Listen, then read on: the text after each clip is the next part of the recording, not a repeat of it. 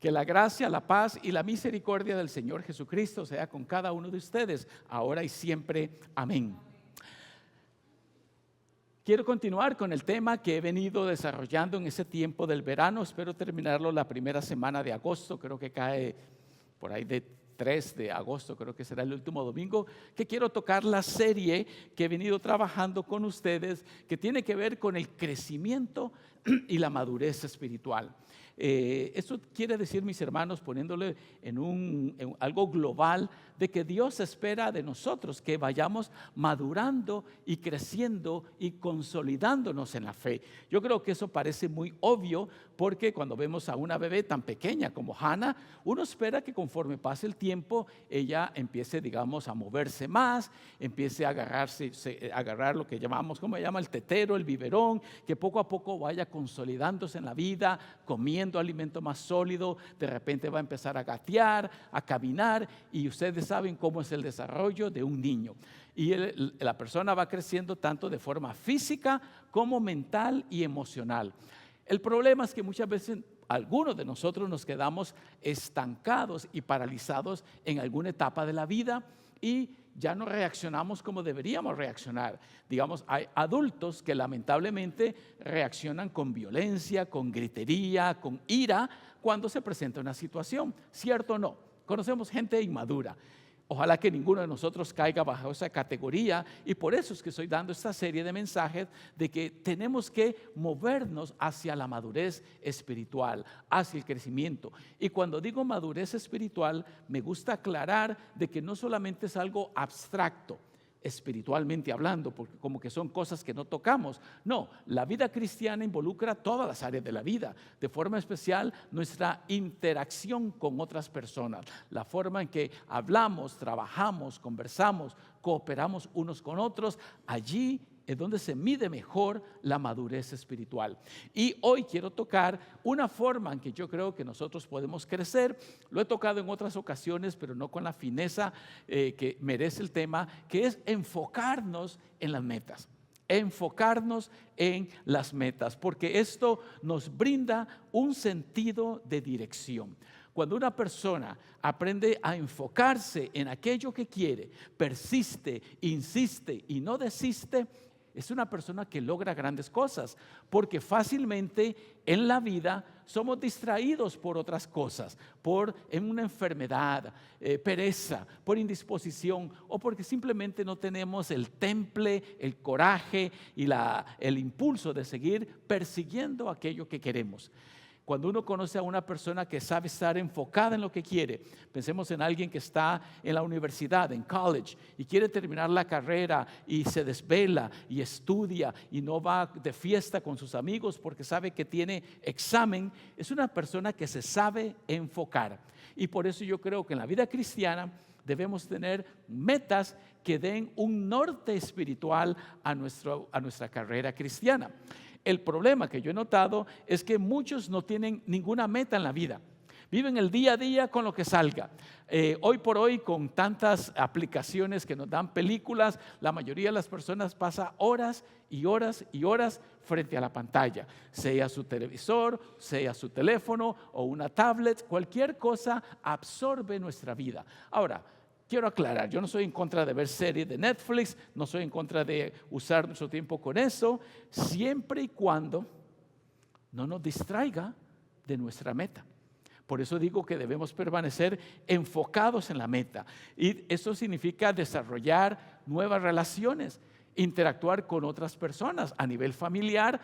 Si uno no aprende a manejar la relación, pueden haber problemas y dificultades. A nivel laboral sucede lo mismo, y en cualquier ámbito de la vida podemos encontrar esas cosas donde podemos trabajar.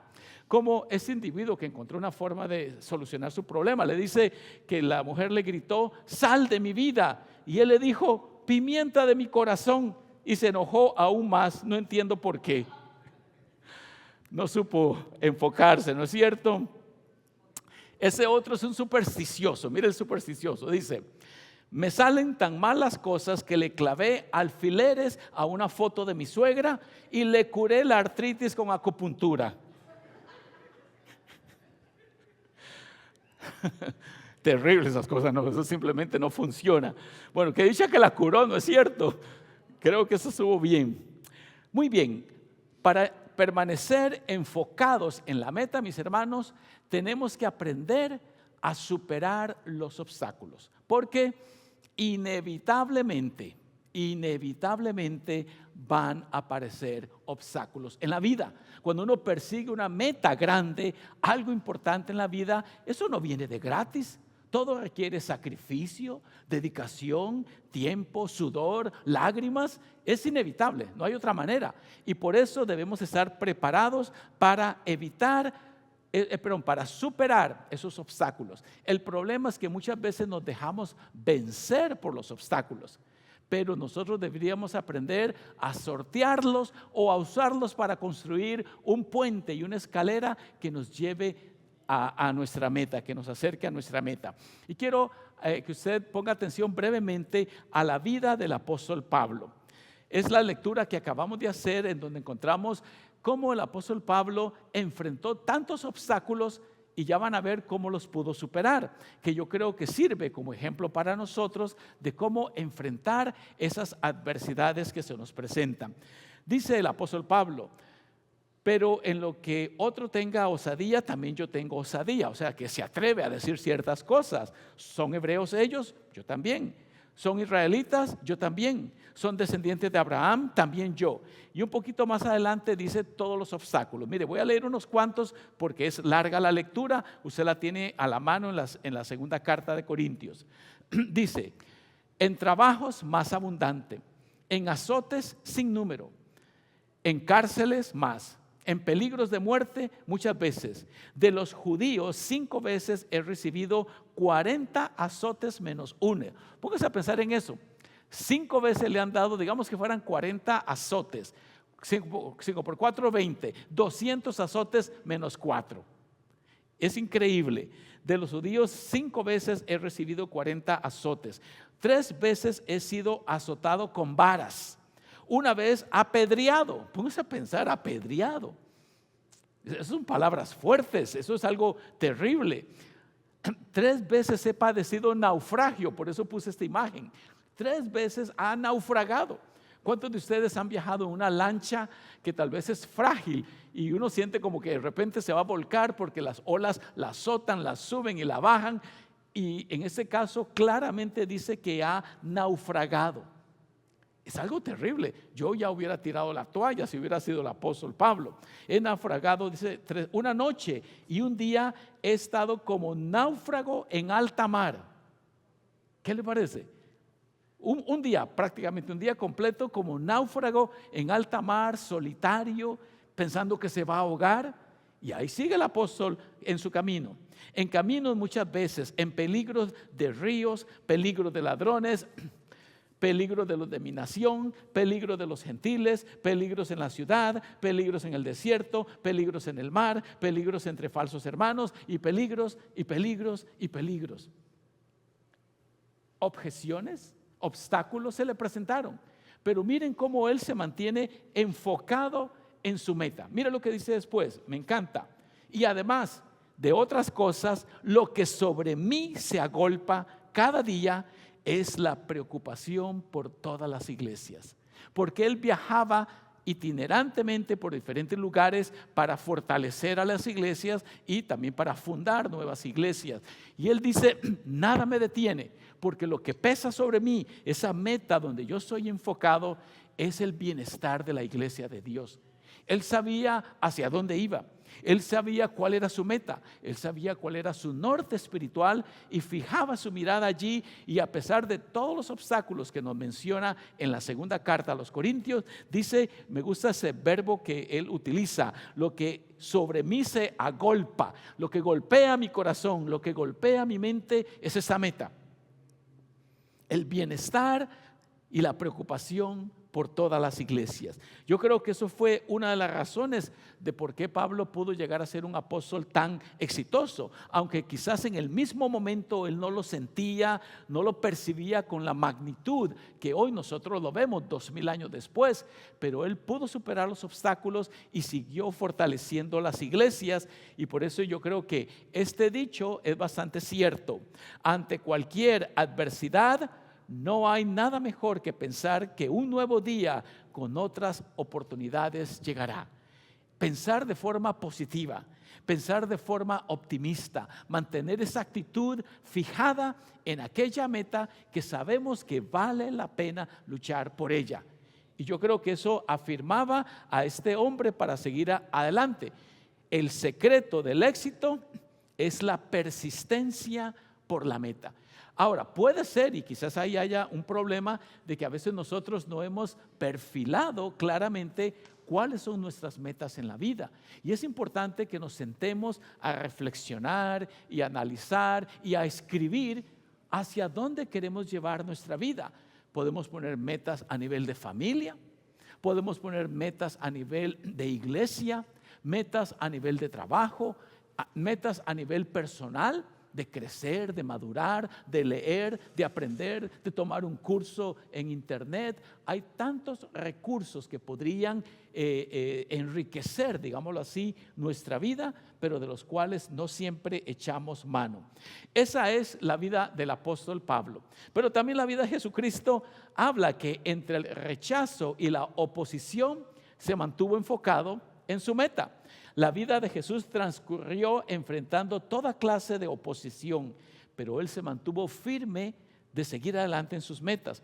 Y lo que encontramos en el Evangelio, brevemente, es que Jesús llega a su tierra. Dice claramente, si usted tiene la lectura del Evangelio allí a la mano, dice que llegó a su tierra, que era Nazaret, por eso le llamaban Jesús de Nazaret. Llegó allá y sus discípulos lo siguieron. Dice que cuando llegó el día de reposo, comenzó a enseñar en la sinagoga y a sanar. ¿Y qué decía la gente? La gente dijo, ese hombre lo conocemos. Lo que pasa es que se ha ido a otros lugares a predicar. Hace rato no lo vemos. Como alguno de nosotros que regresara después de varios años allá a la ciudad donde usted vivía y lo ven caminando. A ese lo conocemos. Solo que ahora usa un brazalete de oro, ahora usa un Apple Watch. Se ve un poquito diferente, pero medio lo reconocemos. ¿Le ha pasado cuando va a su lugar? Bueno, aquí llega Jesús a su tierra y la gente dice, ¿de dónde sabe todo esto? ¿Qué clase de sabiduría ha recibido? ¿Cómo es que con sus manos puede hacer esos milagros? ¿Acaso no es este el hijo del carpintero? Aquel que lo vimos crecer allí en la esquina, martillando, usando clavos y el serrucho y la sierra. Si nosotros lo conocemos desde chiquitillo, ¿cómo tiene tanta sabiduría ahora? Es una pregunta legítima, un gran cuestionamiento acerca de Jesús. Y dice que no le creyeron a él. Y Jesús le dijo, y aquí viene una frase lapidaria que probablemente usted haya conocido: no hay profeta sin honra, sino en su propia tierra, entre sus familiares y en su casa. Es decir, que los de afuera lo aclamaban a él y lo reconocían, pero cuando llega a su terruño, a su ciudad, la gente dice, ¿qué le pasa a este? ¿De dónde le sale sabiduría? Si ese es el carpintero, nosotros lo conocemos desde pequeño, que iba a la escuela, que jugaba aquí en la esquina. ¿De dónde le sale tanta sabiduría? ¿Cómo es que las cosas cambiaron tan súbitamente? Y dice que Jesús dijo este dicho: no hay profeta sin honra, sino entre su propia tierra y su propia familia. Y vean lo que sigue diciendo: y él se quedó asombrado por la incredulidad de ellos. Interesante, Jesús quedó asombrado. Y tanto así que dice que no pudo hacer muchos milagros allí por la incredulidad de su gente. Pero dice que él se enfocó a recorrer los alrededores, enseñando en medio del pueblo. Lo que vemos aquí es que él sabía para lo que vino. Si hay algo que resalta cuando uno lee los evangelios, es que Jesús muchas veces dice, yo sé para qué he venido. he venido para este propósito, he venido con este fin. Es decir, él tenía bien delineado hacia dónde iba y nadie lo iba a desviar. Tanto así que en algún momento el Evangelio dice que él se enfocó en Jerusalén. Iba para Jerusalén. Ya les he dicho que Jesús vivía en el norte de Israel y tiene que viajar unas 100 millas hacia el sur para llegar a Jerusalén, que era la capital y es la ciudad que mata a los profetas. Y allí iba a morir él. Y él dice, voy para Jerusalén. Esa es mi meta, porque yo vine con un propósito, con una meta. Y él se mantuvo enfocado en esa meta y nada lo desvió a pesar de la oposición que había recibido. Cualquier adversidad, por dura que sea, se enfrenta mejor con una buena dosis de optimismo. Es decir, cuando uno se mantiene positivo, sabiendo de que esa meta que usted persigue es digna de recibir cualquier obstáculo y superarlo, porque usted sabe hacia dónde va. Ese es el norte magnético que lo impulsa, lo jala y lo empuja. Y por eso, como dije antes, debemos aprender a insistir, persistir, resistir y nunca desistir. Lo que hoy parece un huracán en tu vida, mañana comprenderás que solo era el viento de Dios abriéndote un nuevo camino. A nadie le gustan los huracanes. Vivimos en Orlando, en la Florida, donde estamos en época de huracanes, ¿no es cierto? A nadie le gusta, destruye casas, destruye el ambiente, etc. Sin embargo, los científicos dicen que los huracanes juegan un rol importante en limpiar la naturaleza, tienen su propósito. Ahora, no estoy diciendo que los debemos aclamar e invocar de ninguna manera. Lo único que dice aquí con esta metáfora, digámoslo así, que lo que hoy parece un huracán, vamos a ver que era Dios abriendo nuevos caminos para nuestra vida. Hay un versículo bíblico que yo creo que resume parte de lo que quiero decir en esta mañana de permanecer enfocados. Hermanos, no pienso que yo mismo lo haya logrado ya. Más bien una cosa hago. Miren lo que hacía. Olvidando lo que queda atrás y esforzándome por alcanzar lo que está delante, sigo avanzando hacia la meta. Sigo avanzando. No permitamos que lo que ha sucedido en el pasado se convierta en un lastre que no nos permite avanzar. Al contrario, aprendamos a dejar en el pasado lo que ya pasó, que ya no se puede resolver y mejorar el presente para avanzar hacia la meta. Yo, por tanto, mis hermanos, les propongo que para crecer en la vida cristiana debe tener metas y debe permanecer enfocado en esas metas. Y ahora que la paz de Dios, que sobrepasa todo entendimiento, guarde sus corazones y mentes en Cristo Jesús, Señor nuestro. Amén. Les invito a que, puestos de pie, vayamos a cantar el próximo himno, Arriba los corazones.